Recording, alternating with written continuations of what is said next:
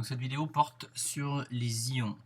Donc les ions. Donc un ion monoatomique. Donc monoatomique, ça veut dire constitué d'un seul atome. Est un atome donc qui a gagné ou perdu des électrons. Donc cette perte ou ce gain d'électrons s'effectue toujours sur la dernière couche électronique qu'on appelle la couche externe. Donc comme nous l'avons décrit sur une vidéo précédente. Donc il existe deux types d'ions. Les cations. Donc ce sont eux des atomes qui ont perdu des électrons. Et étant donné qu'ils ont perdu des électrons, ce sont des entités chargées dans ce cas-là positivement. L'anion, qui est lui un atome qui a gagné des électrons. Donc c'est une entité qui est chargée négativement. Alors en effet, si nous avons un atome électriquement neutre, que nous ajoutons des électrons qui sont eux chargés négativement, donc l'anion devient effectivement lui donc chargé de manière négative. Des exemples, donc par exemple les ions Na+, Mg2+, Li+, sont des cations. Donc par exemple l'ion sodium Na+, c'est un atome de sodium qui a perdu un électron. Le Mg2+, cela signifie qu'en fait l'ion Mg2+, c'est un atome de magnésium qui a perdu, mais dans ce cas-là, 2 électrons, d'où le 2+. Si maintenant nous passons aux anions, donc là nous avons les ions chlorure Cl-, les ions fluorure F-, et les ions oxygène O2-, tout cela ce sont donc des anions. Ce sont des atomes qui ont gagné des électrons. En effet, par exemple, l'ion ici F-, c'est donc un atome de fluor qui a, lui, gagné un électron. Et ici, l'ion O2-, c'est donc un atome d'oxygène qui a gagné 2 électrons. Donc si nous faisons un petit exemple, donc par exemple sur le tableau que nous avons précédemment rempli, avec les noyaux ici, donc correspondant aux représentations des noyaux des atomes, donc là nous avons le lithium, le magnésium, l'oxygène et le chlore. Nous avons ici rempli le tableau en fonction des A, des Z, donc nous avons donné la composition du noyau et la composition du nombre d'électrons de l'atome.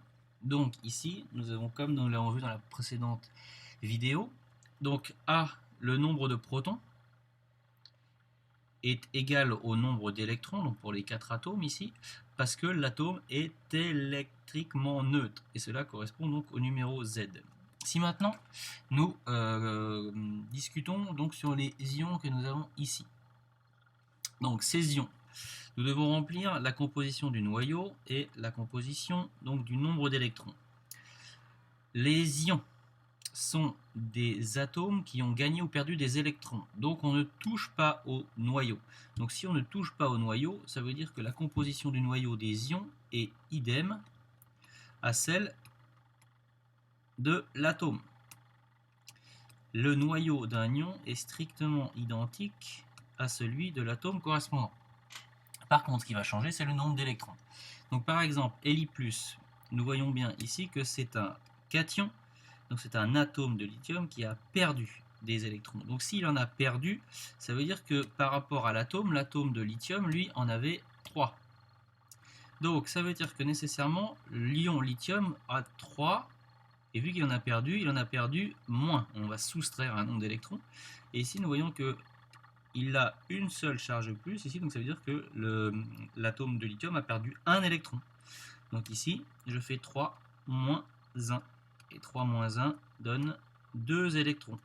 Donc ici, nous vérifions bien que là où l'atome avait 3 électrons, l'ion en a 2 électrons, il a donc bien perdu un électron, c'est pour ça qu'il se retrouve sous la forme Li+.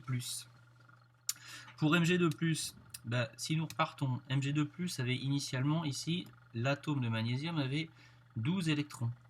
Mais ici, on voit qu'il est Mg2+, donc ça veut dire qu'il a perdu 2 électrons. Donc le nombre d'électrons devient donc 12. Ça c'est le nombre de l'atome. Je soustrais les 2 électrons qui sont partis. Et comment je vois que 2 électrons sont partis? Puisque ici, donc il y a 2 plus, et pas un seul plus, il y a bien 2 plus. Et donc nous obtenons finalement pour ce cation 10 électrons dans son nuage électronique, là où l'atome en avait 12. Pour l'ion oxygène, cette fois-ci, donc nous voyons que l'ion oxygène avait initialement 8 électrons. C'est un anion, donc il a gagné ici des électrons, et il en a gagné 2. Donc, ça veut dire que le nombre d'électrons ici de l'ion, c'est donc 8, le nombre d'électrons qu'il y avait initialement dans l'atome, et auquel nous devons ici ajouter 2 électrons. Et nous obtenons dans ce cas-là donc 10 électrons. Donc ici, si nous reprenons, nous avons les 8 électrons de l'atome d'oxygène sur lequel j'ai ajouté 2 électrons, puisque ici, dans le symbole, j'ai bien O2-. Enfin, pour le chlore, donc nous avons ici Cl-.